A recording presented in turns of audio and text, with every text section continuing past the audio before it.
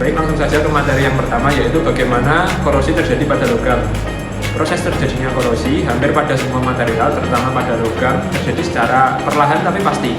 Korosi dapat menyebabkan suatu material mempunyai keterbatasan umur pemakaian, di mana material yang diperkirakan memiliki umur pemakaian lebih lama daripada waktu rata-ratanya ternyata mempunyai umur yang lebih singkat dan lebih pendek dari umur pemakaian rata-ratanya. Pada dasarnya, proses korosi merupakan reaksi sel volta atau galvanic cell, yaitu reaksi redox yang berlangsung secara spontan.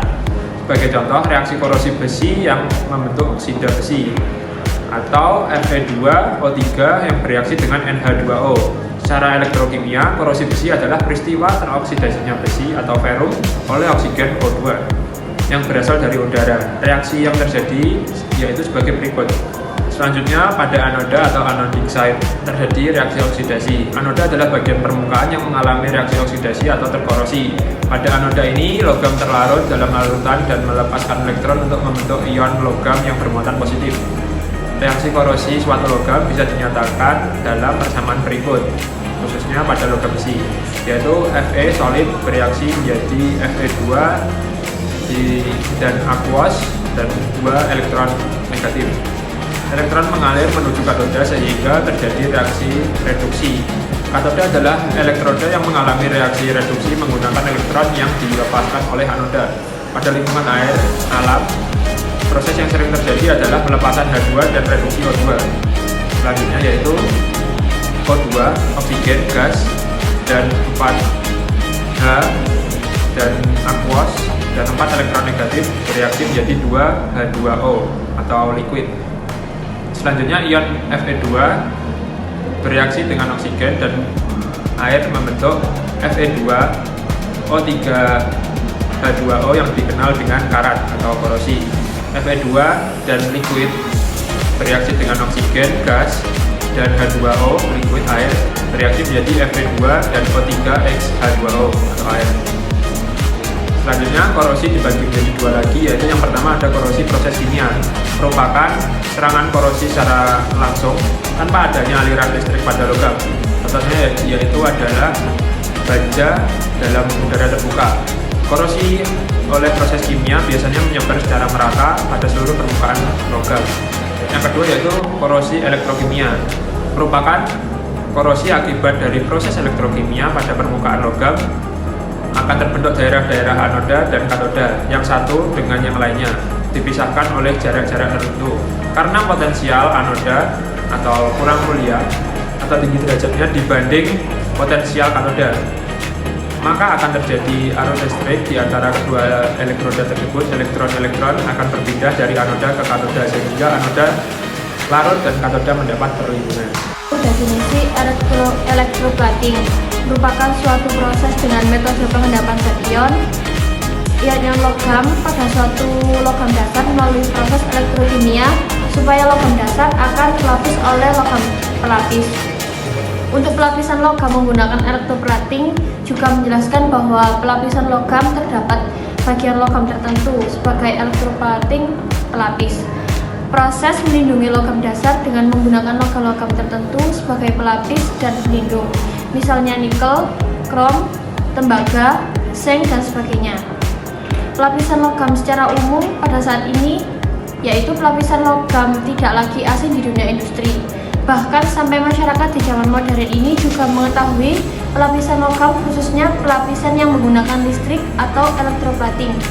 Karena pelapisan yang menggunakan proses elektroplating dinilai sangat efektif untuk melapisi logam dengan logam yang digunakan untuk di dunia industri maupun rumahan yang menggunakan pelapisan logam secara elektroplating, serta diperlukan untuk memperindah logam itu sendiri, baik logam secara yang dilapisi oleh krom, tembaga, dan yang lain sebagainya. Pada umumnya, pelapisan logam sudah lazim menggunakan istilah vernikel, forkom, dan semacamnya. Pelapisan nikel, logam, krom memang sudah populer. Beberapa lapisan-lapisan logam dengan menggunakan logam atau juga bisa disebut dengan proses elektroplating merupakan salah satu yang tergolong proses metalurgi yang umumnya terdapat adanya proses kimia di dalamnya. pengelompokan beberapa pelapisan logam yaitu logam dengan logam secara listrik, logam dengan logam tanpa proses listrik, dan logam dengan bahan oksida tanpa bantuan listrik. Metode elektroplating. Proses elektroplating mengubah sifat fisik mekanik dan sifat teknologi suatu material. Salah satu contoh perubahan fisik ketika material dilapis dengan nikel adalah bertambahnya daya tahan material tersebut terhadap korosi serta bertambahnya kapasitas konduktivitasnya. Adapun dalam sifat mekanik terjadi perubahan kekuatan tarik maupun tekan dari suatu material sesudah mengalami pelapisan dibandingkan sebelumnya.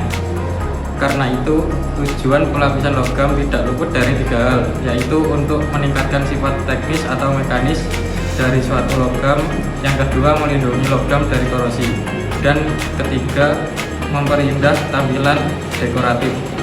Kita mengenal istilah anoda, katoda, dan larutan elektrolit. Ketiga istilah tersebut digunakan seluruh literatur yang berhubungan dengan lapisan material, khususnya logam. Yang pertama, anoda adalah terminal positif, dihubungkan dengan kutub positif dari sumber arus listrik. Anoda dalam larutan elektrolit yang larut dan ada yang tidak. Anoda yang tidak larut berfungsi sebagai penghantar arus listrik saja, sedangkan anoda yang larut berfungsi selain penghantar arus listrik juga sebagai bahan baku pelapis. Yang kedua, katoda dapat diartikan sebagai benda yang dapat dilapisi dihubungkan dengan kutub negatif dari sumber arus listrik. Yang ketiga, elektrolit berupa larutan yang molekulnya dapat larut dalam air dan terurai menjadi partikel-partikel yang bermuatan positif dan atau negatif. Karena elektroplating adalah suatu proses yang menghasilkan lapisan tipis logam di atas permukaan logam lainnya dengan cara elektrolisis, maka perlu kita ketahui skema proses elektroplating tersebut. Dasar-dasar langkah pelapisan krom. Yang pertama, lapis tembaga adalah lapisan pertama dalam teknik pelapisan krom yang berfungsi untuk memberikan kekuatan perkatan krom. Untuk lapis tembaga ini bisa diganti dengan lapis brass karena brass mempunyai senyawa logam yang sama dengan tembaga. DNA tidak mempengaruhi hasil kerja. Yang kedua, lapis nikel menghasilkan logam yang dilapisi tahan terhadap karat dan memberi dasar yang mengkilap terhadap lapisan krom. Yang ketiga, lapis krom menyempurnakan ketahanan logam yang ada di lapis nikel terhadap karat dan menambah keindahan logam. Cara pengerjaan krom khusus krom logam dibagi menjadi 2 berdasar jenis logamnya. Yang pertama, logam pengantar listrik. Baja, seng berbasis logam dan teluk kuningan perunggu besi.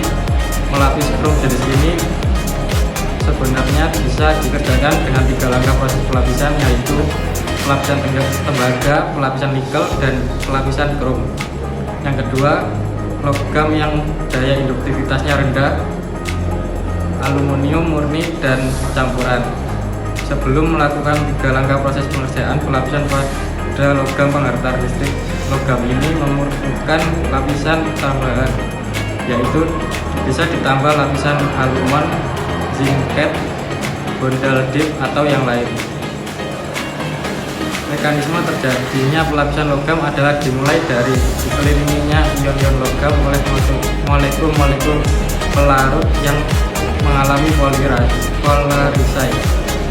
Di dekat permukaan katoda terbentuk daerah elektrikal berbulayer yang bertindak seperti lapisan dielektrik. Adanya lapisan EDL memberi beban tambahan bagi ion-ion untuk menembusnya. Dengan gaya dorong benda potensial listrik dan dibantu oleh reaksi-reaksi kimia, ion-ion logam akan menuju permukaan katoda dan menangkap elektron dari katoda sambil mendeposisikan diri di permukaan katoda. Dalam kondisi equilibrium, setelah ion-ion mengalami discharge menjadi atom-atom, kemudian akan menempatkan diri pada permukaan katoda dengan mula-mula menyesuaikan mengikuti susunan atom dari material katoda. Demikian secara ringkas mekanisme pelapisan logam pada artikel berikutnya dibahas lebih lagi. Faktor yang mempengaruhi elektroplating. Faktor-faktor yang mempengaruhi elektroplating. A. Suhu. Suhu juga berpengaruh untuk menemukan jalannya reaksi dan melindungi pelapisan ketika proses elektroplating. Kestabilan suhu dipengaruhi oleh beberapa faktor seperti jarak antara anoda dan katoda, ketahanan, serta besar kecilnya arus listrik yang dialirkan. B. Kerapatan arus listrik.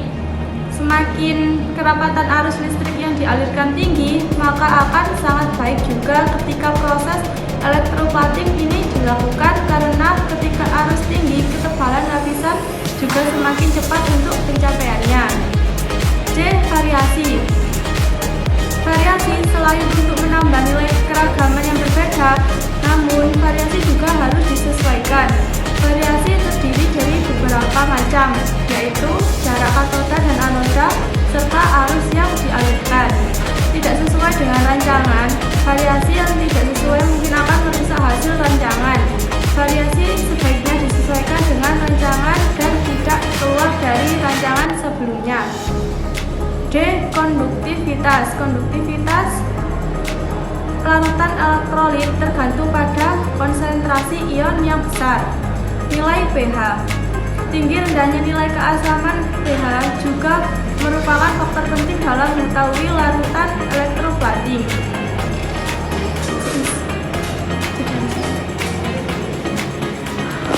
Nilai pH itu salah. Nggak kata. Kalau ini, ini sih.